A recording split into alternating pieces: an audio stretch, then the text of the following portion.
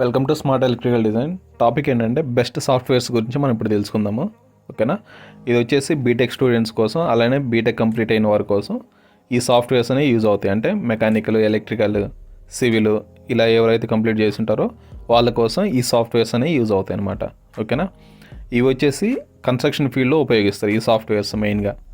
ఓకేనా, సాఫ్ట్వేర్స్ గురించి తెలుసుకునే ముందు ఫస్ట్ కన్స్ట్రక్షన్ గురించి తెలుసుకుందాం మనం.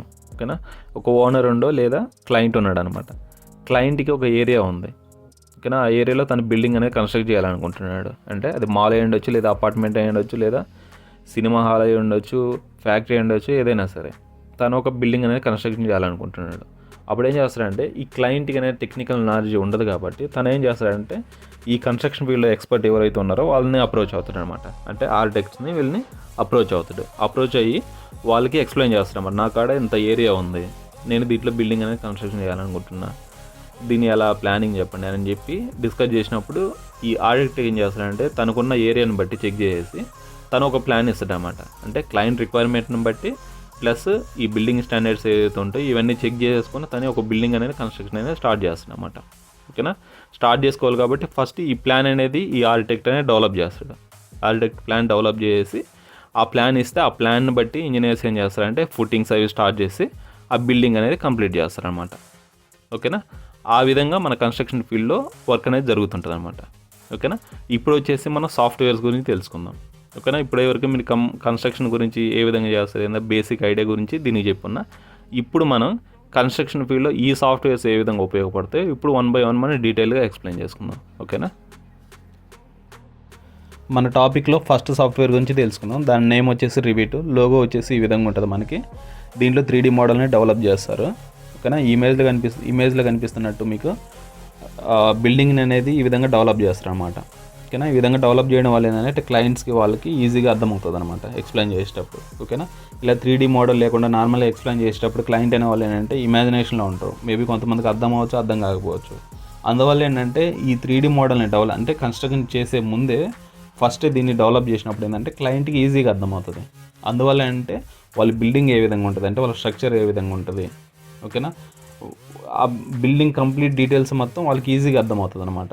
ఓకేనా, రూమ్స్ ఏ విధంగా ఉంటాయి, ఫ్లోర్ ఏ విధంగా ఉంటుంది, వాల్స్ ఏ విధంగా ఉంటాయి, నెక్స్ట్ విండోస్, డోర్స్, ఇవి మొత్తం కంప్లీట్ డీటెయిల్డ్గా దీంట్లో డెవలప్ చేస్తారనమాట. అందువల్ల ఏంటంటే క్లయింట్కి చూడగానే ఈజీగా అర్థమవుతుంది.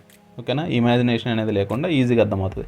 అలానే ఈ సేమ్ ఏదైతే డ్రాయింగ్స్ ఉన్నాయో వీటిని మన కన్స్ట్రక్షన్ సైట్లోకి పంపించినప్పుడు ఏంటంటే వాళ్ళు కూడా చెక్ చేసుకొని వర్క్ చేసుకోవడానికి ఈజీగా ఉంటుంది. ఓకేనా, అందువల్ల ఏంటంటే ఈ సాఫ్ట్వేర్ అనేది చాలా యూజ్ అవుతుంది అనమాట. ఇది వచ్చేసి ఎక్కువ అబ్రాడ్లో కానీ మన ఇండియన్ మార్కెట్లో కానీ దీంట్లో మంచిగానే యూజ్ చేస్తారన్నమాట ఈ సాఫ్ట్వేర్ని. ఓకేనా, నెక్స్ట్ దీన్ని ఎవరు డెవలప్ చేస్తున్నారు, మనం ఆర్కిటెక్ట్ అని డెవలప్ చేస్తున్నాం. ఇంతవరకు బాగానే ఉంది. మన బీటెక్ వాళ్ళకంటే మన మెకానికల్ వాళ్ళకి కానీ, ఎలక్ట్రికల్ వాళ్ళకి కానీ, సివిల్ వాళ్ళకి కానీ ఏం వర్క్ ఉంటుంది మనకి దీంట్లో అని అనుకుంటారు కదా. ఇప్పుడు సివిల్ ఇంజనీర్స్కి అయితే వాళ్ళ కన్స్ట్రక్షన్ ఫీల్డ్ కాబట్టి వాళ్ళకి ఉంటుంది. బట్ మెకానికల్కి, ఎలక్ట్రికల్కి ఏముంటుంది work. For example electrical work చూద్దాం. ఎలక్ట్రికల్ ఏంటంటే మనకి lights, fans, transformers, DG sets, single pole structures, circuit breakers, wires, cables, lightning protection, ఇలాంటి ఎలక్ట్రికల్ రిలేటెడ్గా ఏదైతే ఉన్నాయో ఈ మొత్తాన్ని ఎలక్ట్రికల్ కన్సల్టెంట్ డిజైన్ చేస్తారనమాట. డిజైన్ చేసి ఈ 3D మోడల్లో అంటే ఈ రివీట్లో డెవలప్ చేస్తారనమాట. ఈ మొత్తం డెవలప్ చేసి ఎగ్జాంపుల్ ఇక్కడ చూడండి, ఒక లైట్ ఫిక్సర్ ఏదైనా ఉంది. ఆ లైట్ ఫిక్సర్ని ఆ మోడల్లో తీసుకెళ్ళేసి ఒక లొకేషన్లో పెట్టాడు ఒక రూమ్లో. దాంట్లో ఏమవుతుంది, దాంట్లో 3D వ్యూలో చూడగానే మనకి ఆ లైట్ టైప్ ఏ విధంగా ఉంటుంది, అంటే ఆ లైట్ ఏ విధంగా ఉంటుంది, అది సీలింగ్ మౌంటా, వాల్ మౌంటా, లేదా ఈ లైట్ ఫిక్సర్ అనేది మన ఫ్లోర్ నుంచి ఏ హైట్లో ఈ లైట్ ఫిక్సర్ ఉంటుంది. ఓకేనా, ఇలా కంప్లీట్ డీటెయిల్స్ ఉంటాయి అనమాట. దానివల్ల ఏంటంటే క్లయింట్కి కానీ, లేదా అక్కడ వర్క్ చేసే ఇంజనీర్స్ కానీ, టెక్నీషియన్స్ కానీ ప్రతి ఒక్కరికి ఈజీగా అర్థమవుతుంది. ఈ విధంగా ఎలక్ట్రికల్ ఇంజనీర్స్కి కన్స్ట్రక్షన్ ఫీల్డ్లో జాబ్స్ అనేవి ఉంటాయి అనమాట. ఓకేనా, ఇది వచ్చి కంప్లీట్గా ఆఫీస్లో కూర్చొని వర్క్ చేయొచ్చు. బట్ సమ్ టైమ్స్ మనం ఏంటంటే సైట్ కూడా వెళ్ళాల్సి వస్తుంది అనమాట. అక్కడ ఉండే వాళ్ళకి ఏదైనా డౌట్స్ వచ్చినప్పుడు, అంటే ఇంజనీర్స్ కానీ టెక్నీషియన్స్కి ఏదైనా డౌట్స్ వచ్చినప్పుడు, లేదా చేంజెస్ ఏమన్నా చేయాలన్నప్పుడు ఏంటంటే వాళ్ళు ఇన్ఫామ్ చేస్తారనమాట. ఇన్ఫామ్ చేసినప్పుడు మన సైట్కి వెళ్ళేసి వాళ్ళకి ఎక్స్ప్లెయిన్ చేసి ఏమైనా డౌట్స్ ఉంటే ఎక్స్ప్లెయిన్ చేసి మళ్ళీ మనం ఆఫీస్కి అని వచ్చేస్తాం అనమాట. ఓకేనా, నెక్స్ట్ వచ్చేసి మెకానికల్ ఇంజనీర్స్కి ఇలాంటి వర్క్ ఉంటుంది. ఇక్కడ వచ్చేసి వీళ్ళు ఏసీ సిస్టమ్ని డిజైన్ చేస్తారనమాట. ఓకేనా, ఏసీ సిస్టమ్లో మనకి డిఫరెంట్ టైప్స్ ఉన్నాయన్నమాట. అంటే డిఎక్స్ సిస్టమ్ అనేది స్ప్లిట్ ఏసీలు, అలానే VRV system, next chilled water system, ఇలా చాలా ఉన్నాయి అనమాట ఏసీలో. వీటన్నిటిని క్లయింట్ రిక్వైర్మెంట్ని బట్టి వీళ్ళు డిజైన్ చేస్తారనమాట. ఓకేనా, వీటిని కూడా డిజైన్ చేసి ఈ 3D మోడల్ అంటే ఈ రివీట్లో దాన్ని డెవలప్ చేసి సైట్కి పంపించేసి ఆ సైట్లో ఈ డ్రాయింగ్స్ని బట్టి వాళ్ళు ఏంటంటే ఆ కన్స్ట్రక్షన్లో వర్క్ చేస్తూ ఉంటారనమాట. ఓకేనా, ఎలా అంటే ఇప్పుడు ఎగ్జాంపుల్ ఏసీ యూనిట్ ఉంది, ఆ ఏసీ యూనిట్ ఎక్కడ ప్లేస్ చేస్తున్నారు, సేమ్ దాని టైప్, దాని మోడల్ ఏ విధంగా ఉంటుంది, ఏ హైట్లో ఉంటుంది, ఓకేనా, ఏ డిస్టెన్స్లో ఉండాలి యూనిట్ అనేది, అలానే దాని పైపింగ్ ఎలా వెళ్ళాలి, ఇది మొత్తం కంప్లీట్గా ఈ ఏసీ వాళ్ళు ఏంటంటే డెవలప్ చేస్తారన్నమాట ఈ మోడల్. అందువల్ల ఈ క్లయింట్కి కానీ అక్కడ ఉండే వర్క్ చేసే వాళ్ళకి ఈజీగా అర్థమవుతుంది. అలా ఈ మెకానికల్ ఇంజనీర్స్ కూడా ఈ కన్స్ట్రక్షన్ ఫీల్డ్లో జాబ్స్ అనేవి ఉంటాయి అన్నమాట. ఓకేనా, వీళ్ళు చేసి హెచ్విఎస్సీ అనమాట. అలానే మనకి ఫైర్ ఫైటింగ్ సర్వీస్ కూడా ఉంటుంది. ఫైర్ ఫైటింగ్లో ఏమొస్తుంది అంటే మనకి స్ప్రింక్లర్స్ కానీ హైడ్రెంట్స్ ఇలాంటి మొత్తం ఫైర్ రిలేటెడ్ సర్వీస్ మొత్తం దీంట్లో కవర్ అవుతుంది అనమాట. అంటే ఎగ్జాంపుల్ ఏదైనా బిల్డింగ్లో ఫైర్ అయినప్పుడు వీటన్నిటి కోసం ఏంటంటే ఒక సపరేట్ డిజైన్ ఉంటుంది అనమాట. ఓకేనా, దాన్ని ఫైర్ ఫైటింగ్లో తీసుకొని దాంట్లో డిజైన్ చేసి ఇలానే రివీట్లో మోడలింగ్ చేసి ఎగ్జిక్యూషన్ అనేది పంపిస్తారు అనమాట. ఓకేనా, నెక్స్ట్ వచ్చేసి సివిల్ వాళ్ళు ఏంటంటే సివిల్ వాళ్ళు కూడా ఈ ప్లంబింగ్ అనేది వీళ్ళు తీసుకుంటారు. సివిల్ వాళ్ళు అనేది ప్లంబింగ్ మనకి ఒక హౌస్లో ఏమేమి ఉంటాయి, మనకి ఎలక్ట్రికల్ ఉంటాయి, మెకానికల్ ఇప్పుడు డిస్కస్ చేసినట్టు. నెక్స్ట్ ప్లంబింగ్లో వచ్చేసి సివిల్ వాళ్ళు వర్క్ చేస్తుంటారు అన్నమాట, డిజైన్ చేస్తుంటారు. దాంట్లో ఎలా అంటే ప్లంబింగ్ రిలేటెడ్ డిజైన్ అనేది వీళ్ళు చేస్తుంటారు. అంటే వాటర్ సిస్టమ్ కానీ డ్రైనేజ్ సిస్టమ్ కానీ ఇలాంటి మొత్తం ఈ ప్లంబింగ్ ఇంజనీర్స్ చేస్తుంటారు అన్నమాట. అంటే సివిల్ వాళ్ళు లేదా కొంతమంది మెకానికల్ ఇంజనీర్స్ కూడా ఈ ఫీల్డ్లో చేస్తుంటారు అన్నమాట. అంటే ఈ సర్వీసెస్లో వర్క్ చేస్తుంటారు. ఓకేనా, దీంట్లో వచ్చేసి మన కిచెన్లో కానీ టాయిలెట్స్లో కానీ లేదంటే ఓవర్ హెడ్ ట్యాంక్స్ కానీ ఈ మొత్తం డిజైన్ చేయడం, దీన్ని సేమ్ ఈ రివీట్ మోడల్లో డెవలప్ చేయడం కానీ చేస్తుంటారు అన్నమాట. ఓకేనా, సేమ్ వీళ్ళు కూడా డ్రాయింగ్స్ని డెవలప్ చేసి సైట్ పంపించేస్తే ఆ సైట్లో ఈ డ్రాయింగ్స్ని బట్టి వాళ్ళు వర్క్ అనేది కంప్లీట్ చేస్తారన్నమాట. ఆ విధంగా architecture team, electrical team, mechanical team, అలానే స్ట్రక్చరల్ టీము, ఓకేనా, ల్యాండ్స్కేపింగ్, ఇలా అన్ని టీమ్స్ కలిపి చేస్తేనే ఒక బిల్డింగ్ అనేది కంప్లీట్ అవుతుంది. ఓకేనా, ఓన్లీ సివిల్ ఇంజనీర్స్ చేస్తేనే బిల్డింగ్ అవుతుందని కాదు. వీళ్ళు ఏంటంటే వీళ్ళందరూ కంబైన్డ్ అయ్యి చేస్తేనే మనకు ఒక బిల్డింగ్ అనేది మనకి కంప్లీట్ అయ్యి వస్తుంది అనమాట. ఇప్పుడు పెద్ద పెద్ద మాల్స్ ఉన్నాయి. ఓకేనా, ఓన్లీ సివిల్ ఇంజనీర్స్ చేస్తే కాదు కదా, వాళ్ళకి ఎలక్ట్రికల్ కానీ వీటి గురించి ఐడియా ఉండదు. ఓకేనా, అందువల్ల ఏంటంటే సపరేట్గా కన్సల్టెంట్స్ అనే ఉంటారు అనమాట. ఎంఈపీ కన్సల్టెంట్స్ అంటారన్నమాట వీళ్ళని. ఓకేనా, మెకానికల్, ఎలక్ట్రికల్, ప్లంబింగ్ వీళ్ళని ఎంఈపీ కన్సల్టెంట్స్ అంటారన్నమాట. ఆర్కిటెక్ట్ ప్లాన్ కోసం ఎలా అయితే ఆర్కిటెక్ట్ని అప్రోచ్ అవుతారో అలానే ఎంఈపీ కన్సల్టెంట్ని కూడా అప్రోచ్ అవుతారు అన్నమాట.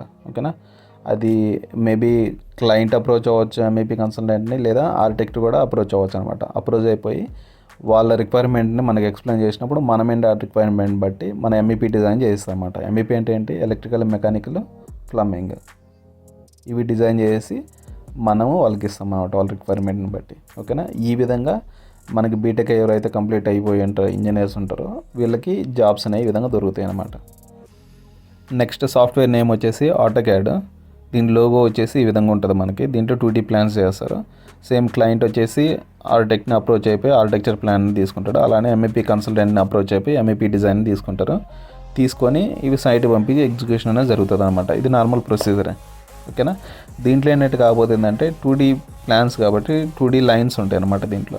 ఓకేనా, అంత 3Dలో ఉన్నట్టు ఆ విధంగా కనిపించదు అనమాట. దీంట్లో 2D లైన్స్ ఉంటాయి అనమాట. దీన్ని మనం చూసి దాన్ని ఇమాజిన్ చేసుకొని ఈ విధంగా ఇక్కడ లైట్ వస్తుంది లేదా ఇక్కడ వాల్ వస్తుంది, ఈ విధంగా ఇమాజిన్ చేసుకొని సైట్లో ఎగ్జిక్యూషన్ అనేది జరుగుతుంటుంది అనమాట.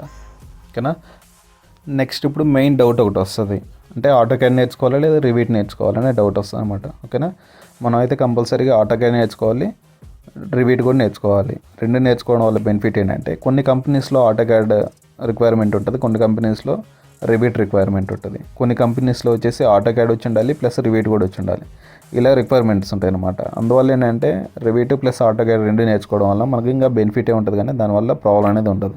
ఓకేనా, అందువల్ల నేర్చుకునే వాళ్ళు ఆటోకాడ్ నేర్చుకోండి, నెక్స్ట్ రివీట్ కూడా కంపల్సరీగా నేర్చుకోండి.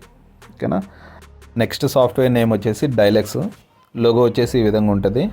దీంట్లో కూడా 3D మోడలింగ్ చేస్తాం. బట్ ఈ సాఫ్ట్వేర్ అనేది మెకానికల్ ఇంజనీర్స్కి, సివిల్ ఇంజనీర్స్కి యూజ్ అవ్వదు ఇది.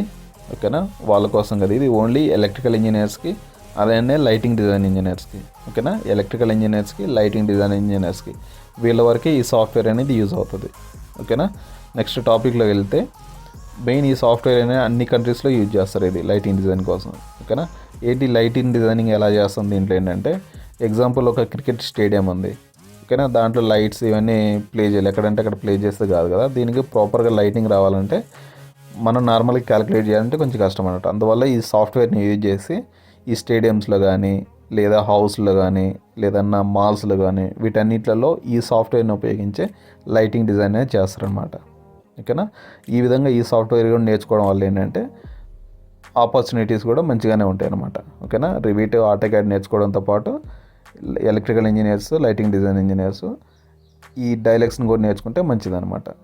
ఎవరైతే కన్స్ట్రక్షన్ ఫీల్డ్లో జాబ్ చేయాలనుకుంటున్నారో వాళ్ళు కంపల్సరీగా ఈ సాఫ్ట్వేర్స్ అనేవి నేర్చుకోండి. ఓకేనా. ఇవి కూడా యూట్యూబ్లో మీకు చాలా వీడియోస్ దొరుకుతాయి. మీరు యూట్యూబ్లో సెర్చ్ చేస్తే రివీట్, ఆటోకాడ్, డైలక్స్ ఇలాంటి మీరు సెర్చ్ చేస్తే మీకు చాలా వీడియోస్ వస్తాయి. మీరు ఈజీగా వాటిని కూడా నేర్చుకోవచ్చు. ఓకేనా.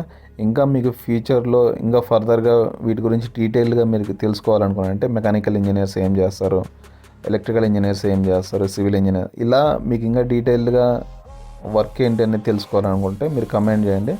నెక్స్ట్ వీడియోలో మీ డౌట్స్ మొత్తం నేను క్లియర్ చేయడానికి లేదా ఆ కాన్సెప్ట్ మొత్తం ఎక్స్ప్లెయిన్ చేయడానికి నేను ట్రై చేస్తాను. ఓకేనా. Thanks for watching.